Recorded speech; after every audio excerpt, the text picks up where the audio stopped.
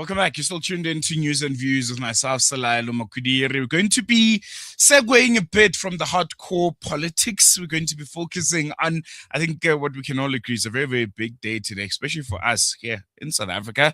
The wait is finally over. The 2026 FIFA World Cup kicks off. Vandag. It's going to be a great one. South Africa, Bafana, they are carrying the hopes of millions as they take on Mexico in the tournament's opening match. A repeat of what we saw, 16 years ago in 2010 FNB Stadium. I'm sure a lot of you will remember that moment. Well, we have a return fixture at the Aztec Stadium out in Mexico. And I think it's going to be a really, really impactful one. It's going to be a challenging one for South Africa, having the eyes of the world fully fixated on Bafana. And we're going to be asking some really, really important questions. Can Bafana make a strong start? Can a squad that is built largely on local talent compete with some of the world's biggest footballing nations?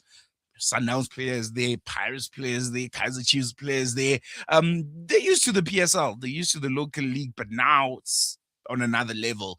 And most importantly, who are the teams and players to watch as the race of football's greatest prize gets underway? And joining us now to preview the tournament and to share a bit about our very own Bafana's chances in this World Cup is Coach Shady from Gunning to Oldtrafford podcast. Coach, welcome to the show on a very, very beautiful day. Before we start, I want to ask you, where were you in 2010, 16 years ago? Were you watching the first game against Mexico? Mexico. Good morning, assalamu alaikum, dumela likai sabona. My brother, I was at the stadium with Sifiwe Shabalala. As you know that one. It was the most beautiful scene I've ever seen. And like you said, it's deja vu, my brother. 16 years later. Excitement is in the air. South Africa is, the stars are aligned. I'm excited, my brother. Talk to me, man. Silalelo, it's been a long time. It's been a long time, my brother.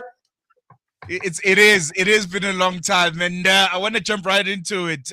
The World Cup is kickstarting today. South Africa obviously playing the opening match. Just give us an overview of your thoughts on this year's tournament. For the first time, it's going to be taking place in 3 different countries. The time differences are going to be crazy. You have a lot more teams compared to the previous tournaments. What do you make of it? It's a very unique one. Very unique. Okay, so this 2026 FIFA World Cup is historic. This is for the first time, 48 teams are competing, and the tournament is being hosted across 3 countries. It's the United States, Mexico, and Canada. It promises to be the biggest and most diverse World Cup ever. Obviously, not bigger and better than the South African World Cup. That was the greatest. Never ever.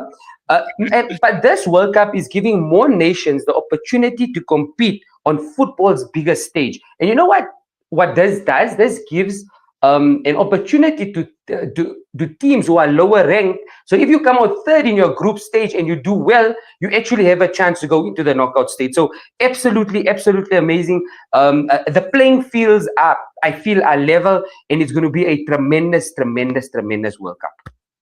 There's been a lot of conversations around who are the front runners here, which teams are going to be, the favorites to lift this edition of the World Cup. Some people are saying, well, Spain.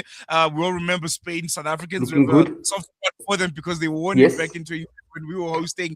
France looks like they're contenders. They're probably the best part at the World Cup. Some people talk about England. Probably they are the dark horses.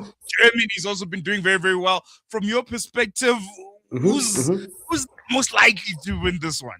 Hey, Silalelo, you know what? The usual giants remain amongst the favorites. Argentina arrives as the defending champions, while Brazil, don't take your eyes off them. France are stacked. England, I just feel England have a lot of tired players because of especially the Arsenal players that have played 68 matches this season. And Spain all possess the depth and quality to challenge for the title. My underdog story this year, and I don't know if you can agree with me or not, I'm going for Senegal, led by the lion himself, Sadio Mane, but don't take your eyes off Germany. And I'm looking for our African teams really to display a unique type of football, really going up. Remember, the weather is hot. We're also hot Yeah. in South Africa, in Africa, so it suits us. It doesn't suit the European teams. But your forerunners, look, Argentina, they've got the Messi. Portugal, don't also take your eyes away from Portugal, but the quality is going to be there. So those are your front runners that look strong. And just don't count out Senegal, led by the Lion Sadio Mane. Shady, no. I love Senegal. Trust me. Yeah. African brothers led by a very, very iconic Sadio Mane, one of the best to ever do it from the continent. But there's a name that should not count him, my brother. Maybe it's the hate their Talk to me. captain Talk to me. PSG, Morocco, the Atlas Lions, man. My brother, Salalelo, from the last conversation, right? From the last conversation, I'm going to put my hands up. I'm not going for Morocco because of the little bit of a little issue I have with Hakimi, with the Champions League. But I do feel, listen. But I've got something that's going to hit you, right? And that's why I'm not going with Morocco. We have a player, Kaliso Mdawu, aka Sailor, at right back, the best African right back at the moment. I don't think if this guy gets a big money move, he can outplay Hakimi. Look, Morocco, total respect for them. I just feel with all of this, the SCAF interfering with them in Senegal, I just don't think their heads are in. But I do think Senegal has something to prove. Very, very interesting take there. But me, I'm saying, let's forgive Morocco, man. Let's forgive. Listen, we forgive and forget. We love us, brother. We love us.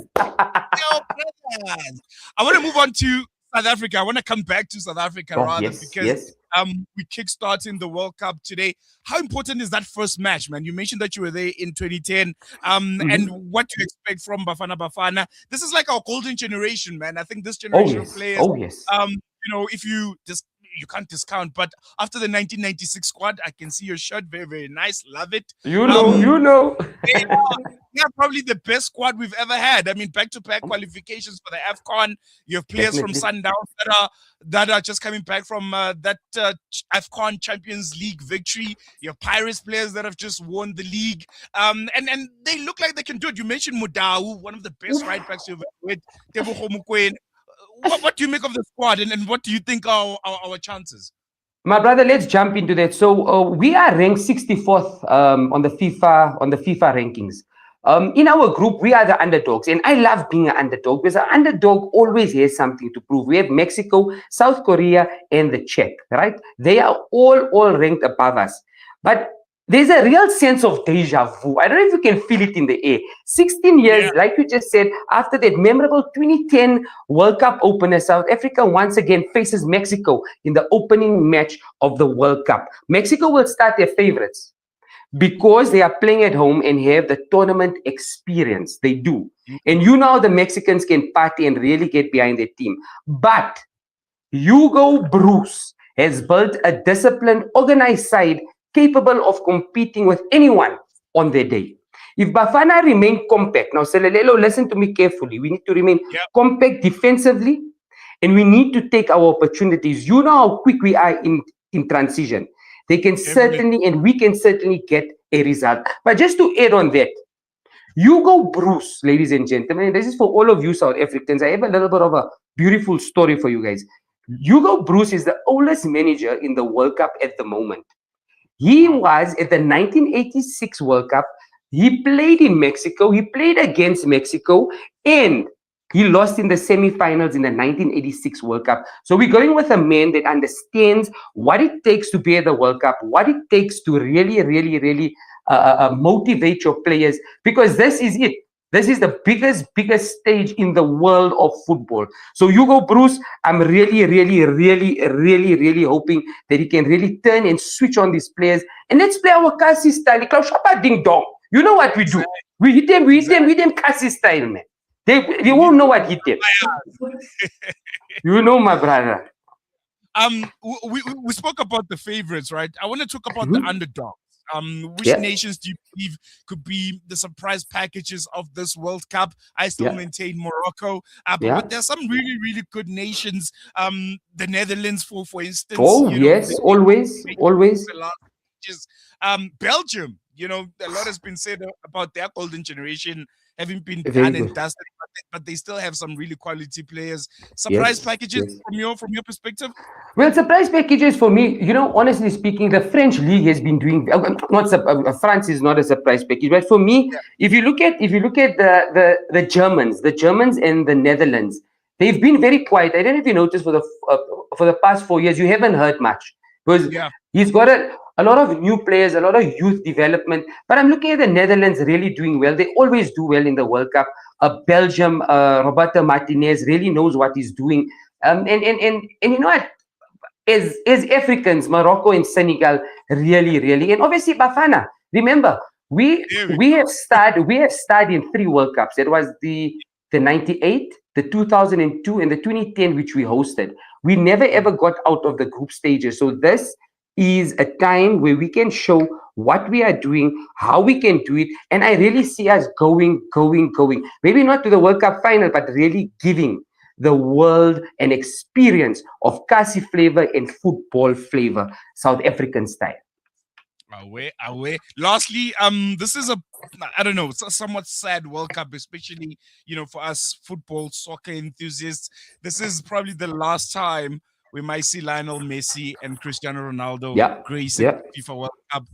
Your thoughts on that? Their impact, on Bro, the game, and I think most importantly, which players, are you looking at and saying probably this could be the next generation of those outrageous players, those generational yeah, talents that come once yeah. in a lifetime. Silelelo, I've been thinking this about a lot. Now, remember, the Messi and Ronaldo are probably playing their last World Cup. What is their legacy and who's going to replicate it? Now, Lionel Messi and Cristiano Ronaldo have had a defined era. Let's be honest about it. Between them, they have won and they've broken almost every major award, won countless trophies, and inspired a generation of footballers around the world. The greatest legacy is not only their achievements, but their longevity, their relentlessness, and their pursuit of excellence. I'm looking at, honestly speaking, you've got a Lamine Yamal. Watch out for Lamine Yamal.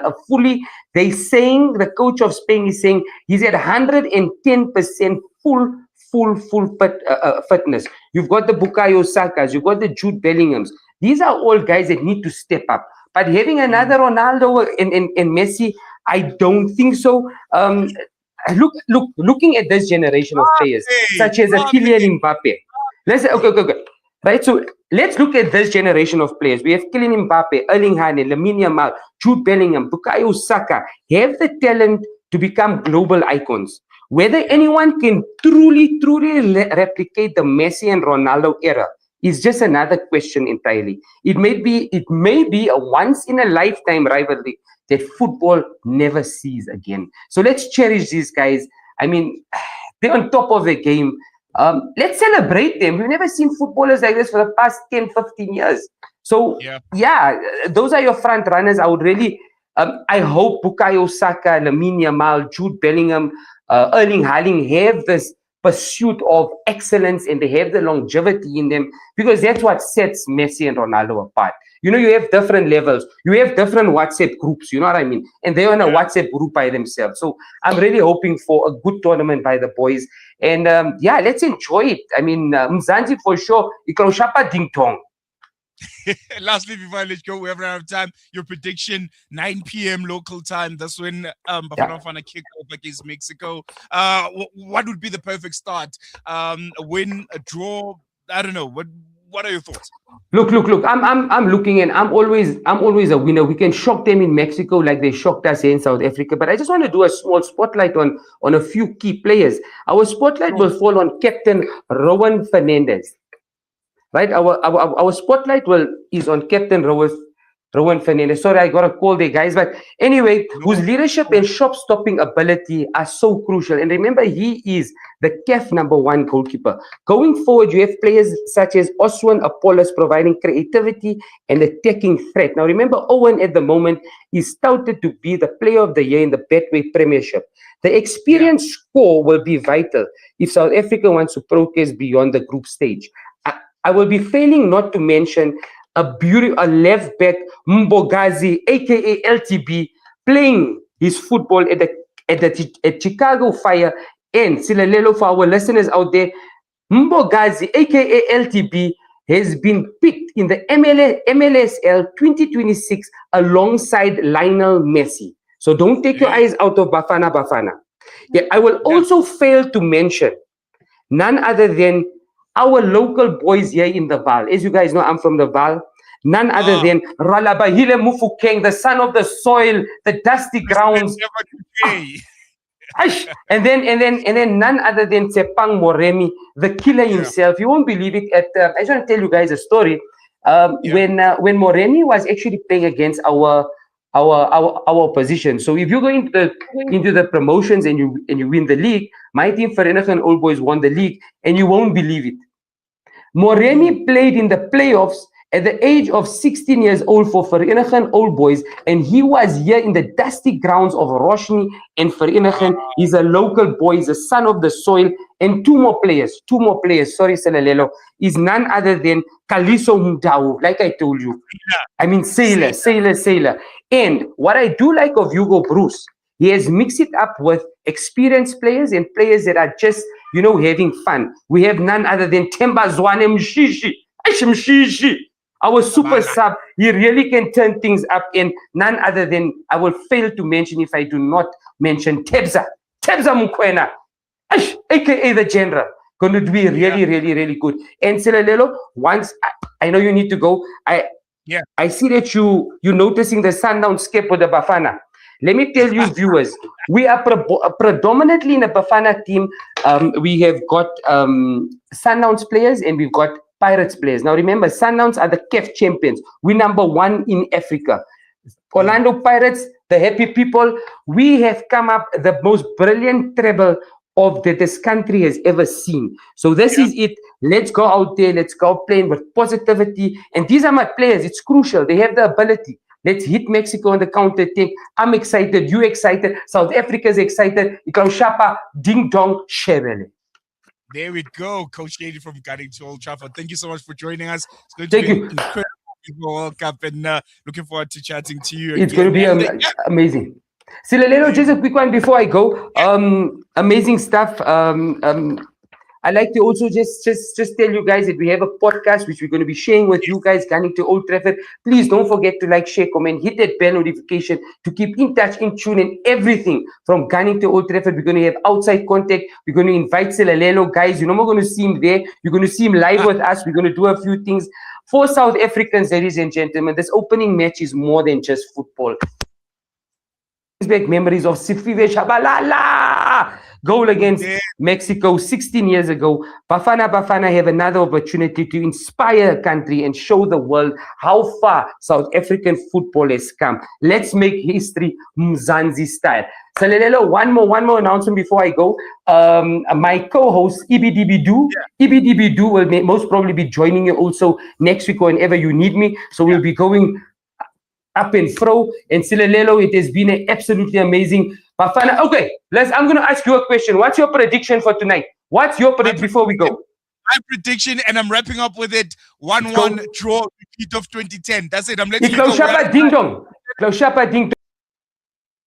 Soweto, it's time to stand together for justice, peace, and solidarity. Join us for the annual Soweto Walk for Gaza, taking place on Saturday, the 20th of June at 7:30 a.m. The walk will begin at the historic Regina Mundi Church and proceed to the monumentous Dlamini Mosque, bringing together people of all faiths, backgrounds, and communities in a powerful show of unity and support. Bring your family, friends, and fellow residents as we walk together for a common cause. Let your voice be heard and your presence counted. That's the annual Soweto Walk for Gaza, Saturday, the 20th of June at 7:30 in the morning, starting at Regina Mundi Church and ending at Dlamini Mosque. Together we walk, together we stand, together we show solidarity.